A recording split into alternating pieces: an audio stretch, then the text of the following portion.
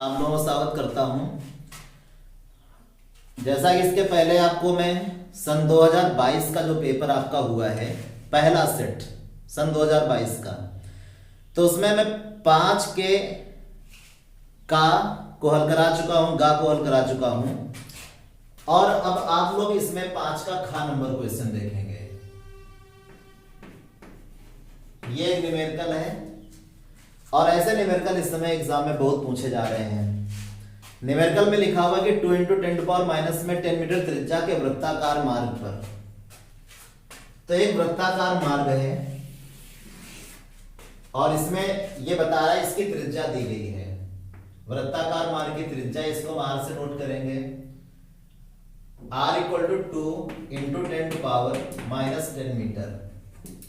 त्रिज्या को किससे नोट करते हैं? स्मॉल आर से, रेडियस कहते हैं, इस वजह से स्मॉल आर से इसको नोट किया जाता है।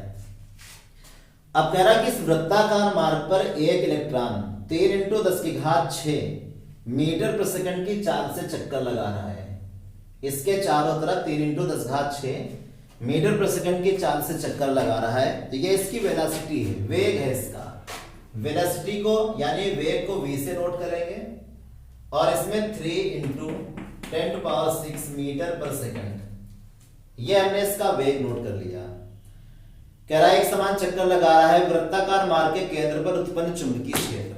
अब देखिए होता क्या है, जब कोई इलेक्ट्रॉन वृत्ताकार मार्ग पर चक्कर लगाता है तो वो एक धारा लूप के समान व्यवहार करने लगता है, एक धारा लूप के समान व्यवहार करता है। यानी जब इलेक्ट्रॉन इस डायरेक्शन में ऐसे गति करेगा तो धारा इसकी ऐसे विपरीत दिशा में बहेगी। तो जब ये एक वृत्ताकार मार्ग में चक्कर काटेगा तो इसमें ये धारा लूप के समान व्यवहार करेगा, और जब ये धारा लूप के समान व्यवहार करेगा तो इसके केंद्र पर यहाँ पे चुंबकीय क्षेत्र उत्पन्न होगा और उसी चुंबकीय क्षेत्र को हमसे यह निकालने के लिए कह रहा है। तो आप लोगों को इसमें करना क्या है कि जो धारा लूप के केंद्र पर चुंबकीय क्षेत्र का सूत्र डेरिवेशन आपको कराया गया होगा, वो फार्मूला इस पे लगा देना है। क्या उसमें बताया गया था? B = केंद्र पर चुंबकीय क्षेत्र का फार्मूला होता था B = μ0/2 I/r। ये फार्मूला आप लोग पढ़ते हैं धारा लूप के केंद्र पर चुंबकीय क्षेत्र का। लेकिन इसमें कहीं भी I की वैल्यू नहीं दी गई है, R की वैल्यू और V की वैल्यू, I की वैल्यू नहीं दी गई, तो आपका सवाल लग नहीं पाएगा। तो पहला काम हमको यह करना है कि यहां से हम I की वैल्यू निकाल लें। यहां पे I की वैल्यू निकल सकती क्योंकि इलेक्ट्रॉन है, इसका आवेश होता है। मान लेते हैं कि एक चक्कर पूरा करने में कितना समय लगता है, मान लो कि t समय लगता है। तो ऐसी दशा में जो धारा यहाँ पे उत्पन्न होगी वो I का मान हम कैसे निकालेंगे? Q/t से निकालेंगे, Q/t से। तो अब यहां पे देखें Q का मान तो रख देंगे, इलेक्ट्रॉन का आवेश है हमें मालूम रहता है, लेकिन समय पर बात फंसेगी। तो टाइम कैसे निकालेंगे हम? जब हम टाइम निकालेंगे तो यहां पर आते हैं। देखिए एक चक्कर पूरा करने में लगा समय t है और समय बराबर फार्मूला क्या होता है? दूरी/4 होता है। समय का जो फार्मूला होता है दूरी और बटे में 4। तो दूरी यहां पे क्या होती है?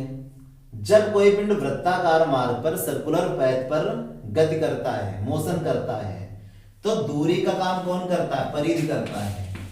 तो यहां पे दूरी का काम कौन करेगा? परिधि, सर्कमफ्रेंस, ये दूरी का काम करेगा। और चाल क्या रहेगी? v। परिधि का फार्मूला क्या होता है? 2πr होता है। तो इसका मतलब यह है कि जब हम टाइम यहां पे निकालेंगे, समय निकालेंगे, दूरी का मतलब एक चक्कर में चली गई दूरी, जिसको परिधि कहते हैं, सर्कमफ्रेंस कहते हैं, ये 2πr हो जाएगा। और समय बराबर दूरी/4, वेलोसिटी v। तो t की वैल्यू ये आ जाएगी। अब इस t की वैल्यू को यहां रख लेंगे तो हमें धारा यानी कि करंट की वैल्यू क्या मिलेगी? I = Q/2πr/v। ये v चला जाएगा ऊपर, तो I = कितना बन जाएगा? QV/2πr। अब ये जो I की वैल्यू निकली है, इस I की वैल्यू को हम, ये जो हमारा मेन फार्मूला है, यहां पे यहां पे पुट करते हैं तो चुंबकीय क्षेत्र B इक्वल टू कितना आ जाएगा फिर म्यू नॉट अपान में 2 I के प्लेस पर QV अपान 2 पाई आर रखेंगे यहां पे तो QV अपान में 2 पाई आर और ये एक आर और इसमें नीचे था ये आर यहां पे लिखना पड़ेगा तो B इक्वल टू क्या बन जाएगा म्यू नॉट अपान में देखिए 2 पाई का 2 पाई से आप मल्टीप्लाई कर लीजिए तो क्या बनेगा 2 और इंटू 2 4 पाई ऊपर कितना रहेगा QV और अपान में आर का मल्टीप्लाई हो जाएगा कितना हो जाएगा आर स्क्वायर हो जाएगा तो B equal to mu not upon 4 pi की वैल्यू आपको मालूम रहती होगी 10 टू पावर -7 होती है यहाँ पे 10 टू पावर माइनस में 7 रखेंगे Q मींस इलेक्ट्रॉन का चार्ज कितना होता है 1.6 इंटू 10 टू पावर माइनस का 19 होता है V मींस वेलोसिटी ये वैल्यू गिवन है ये वैल्यू क्वेश्चन में दी गई है ये देखिए V equal to 3 into 10 to power 6 है तो यहाँ पे 3 इंटू 10 टू पावर 6 रखेंगे और नीचे आर स्क्वायर मींस रेडियस तो रेडियस की वैल्यू यहाँ पे दी गई कितनी 2 इंटू 10 टू पावर 10 तो यहाँ पे 2 इंटू 10 टू पावर 10 रखेंगे लेकिन आर का स्क्वायर है तो इसका भी क्या रह जाएगा स्क्वायर हो जाएगा अब इस तरीके से जो चुंबकीय क्षेत्र है मैग्नेटिक फील्ड उसकी वैल्यू कैसे निकालेंगे सबसे पहले इन दोनों को आपस में गुणा करिए 1.6 का 3 से तो कितना बन जाएगा 16 का 3 में 48 4.8 आ गया पावर को एडजस्ट करेंगे -7 -19 -26 और +6 कितना आएगा 20 आ जाएगा तो 10 टू पावर 20 और नीचे 2 का स्क्वायर 4 होता है 10 टू पावर 10 का स्क्वायर पावर का पावर में गुणा होगा 10 टू पावर कितना आ जाएगा 20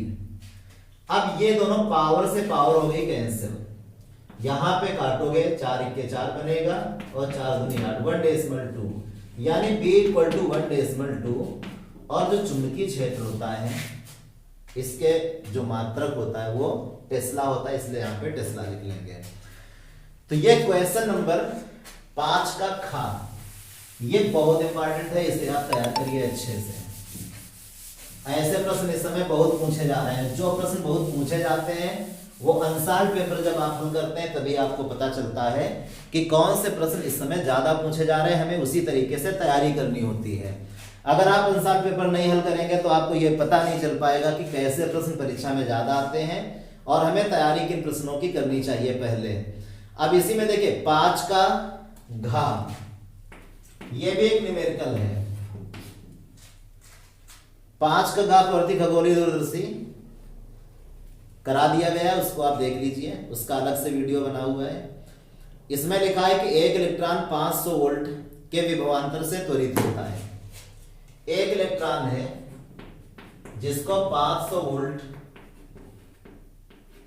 का विभवांतर देकर के त्वरित कर दिया जाता है उसको गति दे दी जाती है गतिज ऊर्जा दे दी जाती है तो कह रहा है कितनी चाल प्राप्त कर लेगा जब हम किसी विभवांतर को 500 वोल्ट के विभवांतर से त्वरित कर देंगे मान लीजिए कि ये एक वैद्युत क्षेत्र है ये प्लस की प्लेट है और ये माइनस की प्लेट है यहां पे क्या हो जाएगा विभवांतर हो जाएगा और जैसे इस इलेक्ट्रॉन को 500 वोल्ट के विभवांतर से त्वरित किया जाएगा तो ये गति प्राप्त कर लेगा इसमें गति आ जाएगी इसमें गतिज ऊर्जा आ जाएगी तो वही कह रहा कि जब ये गति प्राप्त कर लेगा इसमें गतिज ऊर्जा आ जाएगी तो इसका वेग क्या होगा तो हम लोग देखें जानते हैं इलेक्ट्रॉन में द्रव्यमान होता है इसका अगर वेग समान v है तो इसमें जो गतिज ऊर्जा आएगी कितनी आएगी 12 mv²।